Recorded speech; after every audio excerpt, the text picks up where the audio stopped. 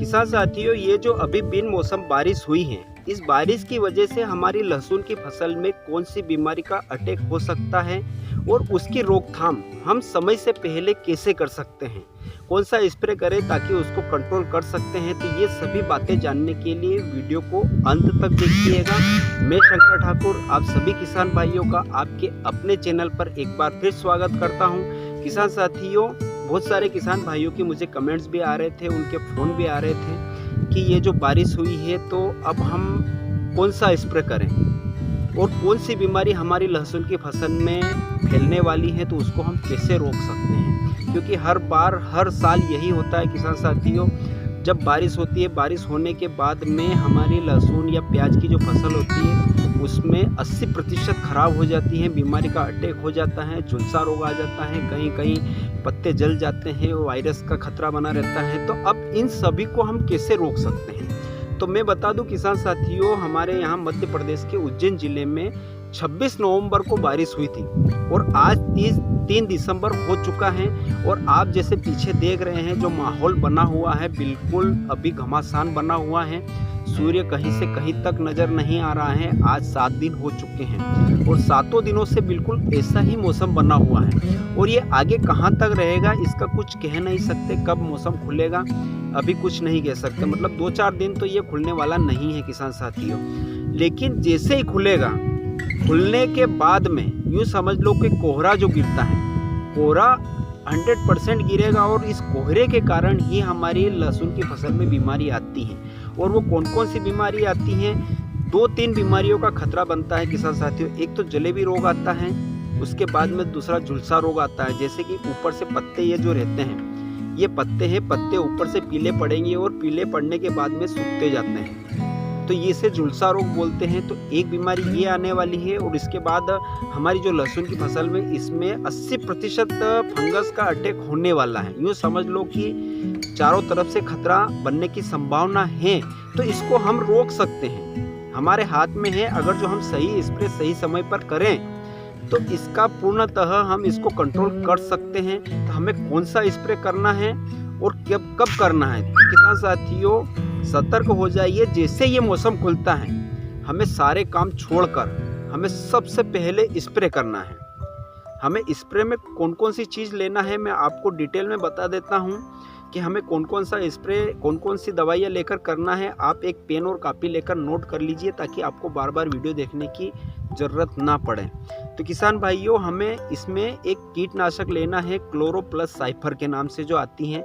आप chloro plus cipher भी ले सकते हैं, जिसके अंदर साइफर मेथिन और क्लोरो रहता है। तो इसकी मात्रा रखनी है हमें 300 ग्राम प्रति एकड़ के हिसाब से, यानी कि 150 ग्राम आप ले सकते हैं। बीघे के हिसाब से 3 टंकी एक बीघे में डालना चाहिए हमें।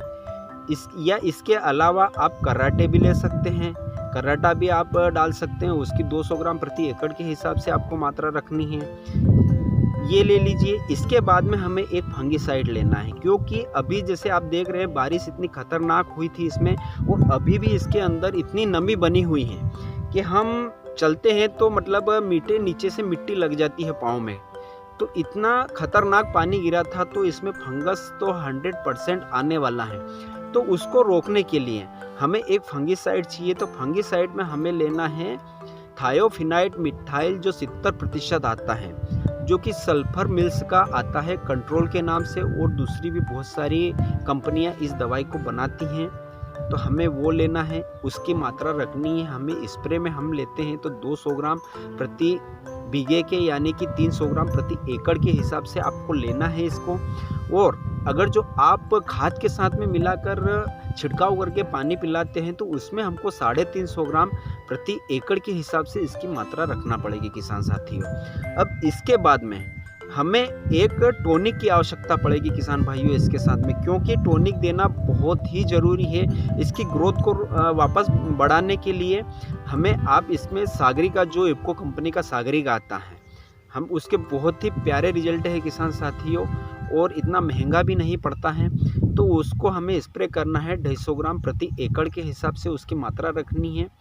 तो इस इफको की सागरिका ले लें, और इसके अंदर वायरस ना आए, उन वायरस को रोकने के लिए जो कि हमें एक एंटीवायरस यानी कि बैक्टीरिया इसके अंदर जो पानी में बैक्टीरिया रहते हैं वो फैल जाते हैं पत्तों के ऊपर और इसके ऊपर। तो इसको कंट्रोल करने के लिए हमें एक एंटीवायरस लेना है जो कि स्प्रेक्ट्रोसाइक्लिन के नाम से आती है, जो कि पीले कलर की पुड़ी रहती हैं, उसको लेना है। और एक पुड़ी एक टंकी में, यानी कि 1 बीघे में 3 पुड़ी और 1 एकड़ में आपको 6 पुड़ी का इस्तेमाल करना है। ये सब मिलाकर हमें तत्काल स्प्रे कर देना है। जैसे ही मौसम क्लियर होता है किसान भाइयों, सबसे पहले हमें स्प्रे कर देना है।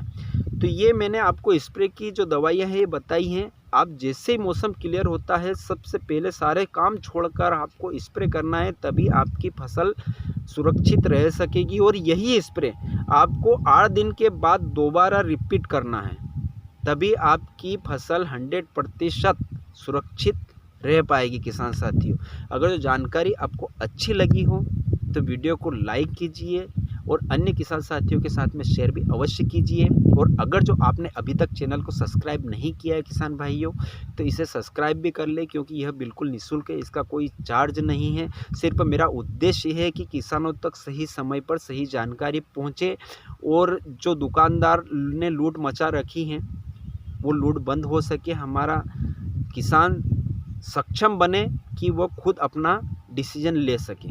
जय हिंद, जय जवान, जय